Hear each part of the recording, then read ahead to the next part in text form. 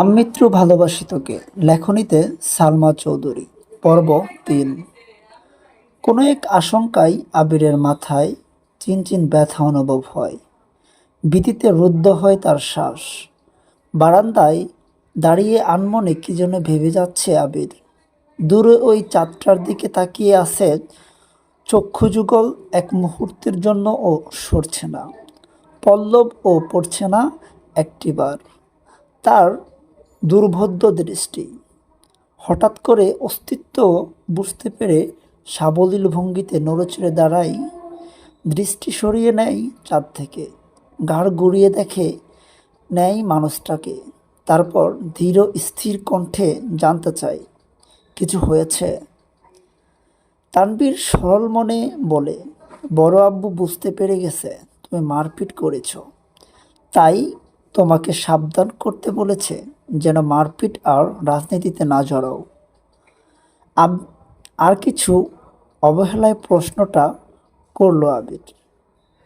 না, তেমন কিছু না, ব্যবসার হাল ধরতে বলল। তানভীর উত্তর দিল। আবির, আচ্ছা ঠিক আছে, আর কিছু বলবি? তানভীর, ভাইয়া মাথা ঠান্ডা করো, তুমি বাদ দাও প্লিজ। আমি তোমাকে শুধু জানিয়েছিলাম বিষয়টা। তুমি যে এভাবে দেশে চলে আসবে আর এভাবে ঝামেলা হবে, এটা আমি ভাবতে পারিনি। বুঝতে পারলে আমি আগেই ব্যাপারটা সলভ করে ফেলতাম। আবির, তুই আমায় বাদ দিতে বলছিস? বাহ। তানভীর, আমি ওইভাবে কিছু বলিনি ভাইয়া। যা হবার তো হয়েছে।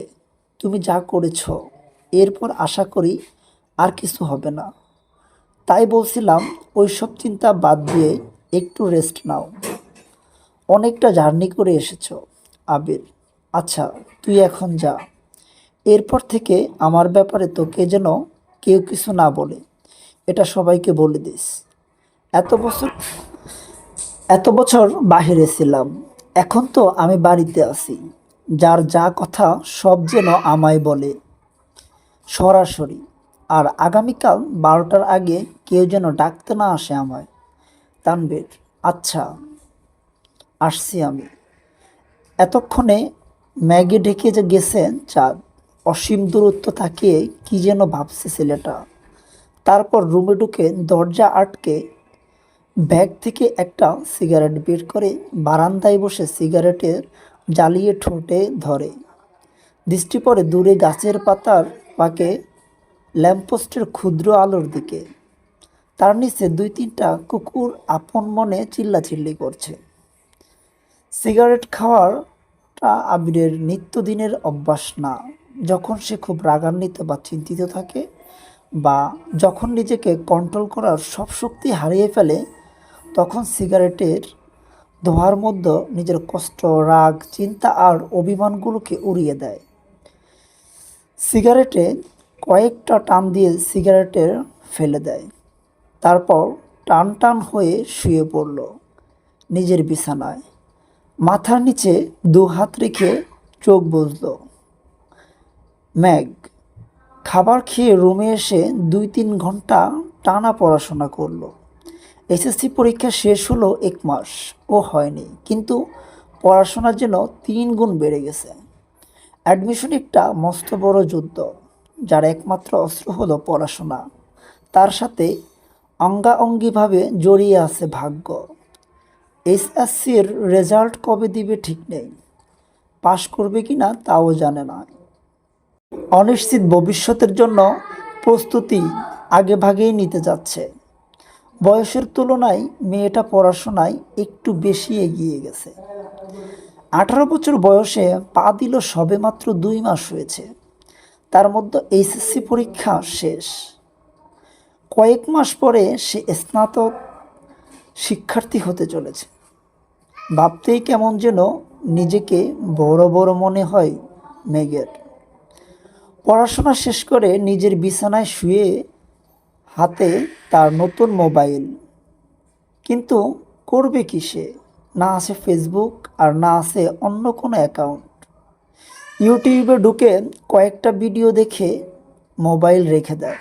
আবির ভাইয়াকে ধন্যবাদ জানানো দরকার, কিন্তু সে তো ভয়ে দাঁড়াতেই পারবে না আবিরের সামনে। পুরনো স্মৃতিগুলো ভাবতে থাকে। মেঘ সবেমাত্র পঞ্চম শ্রেণীতে উঠেছিল। বয়সের গণ্ডি ৯-১০ এর মাঝামাঝি। তখন মেঘের একটা বন্ধু হয়েছিল, নাম জয়। ছেলেটা স্কুলে নতুন এসেই বন্ধুত্ব করেছিল মেঘের সাথে। ছোটবেলা পিচ্চিদের বন্ধুত্ব যেমন ছিল, চকলেট শেয়ার করা, টিফিন শেয়ার করা, একসাথে খেলাধুলা করা।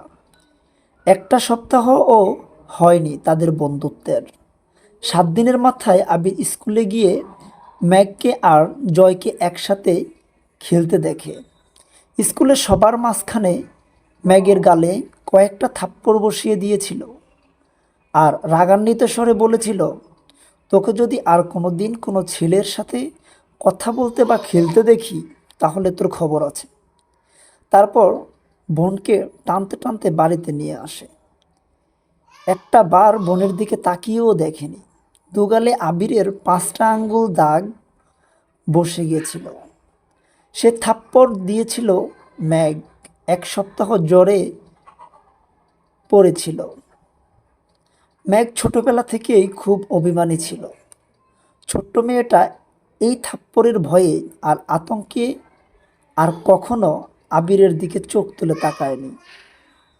কথা বলা তো দূরের বিষয়, আবির বাসায় থাকাকালীন রুম থেকে বেরই হয়নি ম্যাগ বালিকা। আবির ও কখনো খোঁজ নেয়নি মেয়েটা। ছোট্ট ম্যাগের মনে তখনও জন্ম নেয় আবির ভাইয়ের প্রতি অভিমান, সীমাহীন অভিযোগ, কষ্ট আর বিতৃষ্ণা। ২ বছর পর দেশ ছাড়ে আবির। এই সময়ের মাঝে ম্যাগ আবিরের সাথে এক টেবিলে খেতেও বসতো না। আবিরকে দেখলেই যেন ছুটে পালাতো মেঘ। আবির বিদেশে চলে যাওয়ার পর মেঘ আবিরের ভয় থেকে নিজেকে সাবলীল করে আপন মনে রাজত্ব করতে থাকে খান বাড়িতে। আবিরের পাশের রুমটাই তার দখলে চলে আসে। আবির থাকলে হয়তো কখনোই সে এই রুমে আসতো না। বিদেশ যাওয়ার পর আবির সবার সাথে ভিডিও কলে কথা বলেছে, কিন্তু কথা হয়নি ম্যাগের সাথে। ২-১ বার ম্যাগের কথা জিজ্ঞেস করেছিল ঠিকই, কিন্তু ম্যাগ আতঙ্কে কথা বলতে চায়নি। এরপর থেকে আবিরও কখনো ম্যাগের কথা জিজ্ঞেস করেনি। এত বছর পর ভাই বাড়ি এসেছেন, এখনও দেখা হয়নি তার সাথে। এরই মধ্যে মারপিট করে ফেলেছেন। ছোটবেলায় অনুভূতি প্রকাশ না করতে পারলেও আজ আবিরের কর্মকাণ্ডের কথা শুনে ম্যাগের মনে একটা নামই ঘুরপাক খাচ্ছে, সেটা হলো হিটলার। হিটলারের সাথে আবিরের কতটা মিল বা বেমিল তা বিবেচনা করার বিন্দু পরিমাণ ইচ্ছে নেই তার। মাথায় একটা চিন্তা ঘুরছে, ধন্যবাদ জানানো উচিত, কিন্তু সে কি আদৌ কথা বলতে পারবে হিটলারের সাথে? এসব ভাবতে ভাবতে ঘুমিয়ে পড়ল সে। ভোরবেলা থেকেই বাড়িতে রান্নার ধুম পড়ে যায়। ৩ ভাই সকাল সকাল খেয়ে অফিসে চলে যায়। মিমার আদিও স্কুলে চলে যায়। ম্যাগ ঘুম থেকে ওঠে ৮টায়। রাত জাগার কারণে সকালে উঠতে পারে না সে। মাঝে মাঝে গোসল করে খেয়ে বের হয়, মাঝে মাঝে এমনিতেই চলে যায়। ১০টা থেকে ২টা পর্যন্ত বাহিরে কোচিং, তারপর টিউশন শেষ করে বাড়ি ফিরে ফ্রেশ হয়ে খেয়ে একটু ঘুমায়। বিকালে একটু হইহুল্লোড় করে, তারপর পড়াশোনা করে। এই তার বর্তমান জীবন। আজও তার ব্যতিক্রম হলো না। খেয়ে কোচিংয়ের উদ্দেশ্যে বেরিয়ে পড়েছে। বাসার গাড়ি তাকে দিয়ে আসে, আবার কল দিলে গিয়ে নিয়ে আসে। ঠিক ঠিক ১২টায় ঘর থেকে বের হয়। আবির ধীর গতিতে নিচে আসে। চিন্তিত মুখ দেখে মা মালিহা খান বীতস্বরে ছেলেকে জিজ্ঞেস করেন, কিছু হয়েছে তোর বাবা? আবির মুখের ভারী ভাব বজায় রেখে উত্তর দিলেন, কিছু হয়নি, খেতে দাও।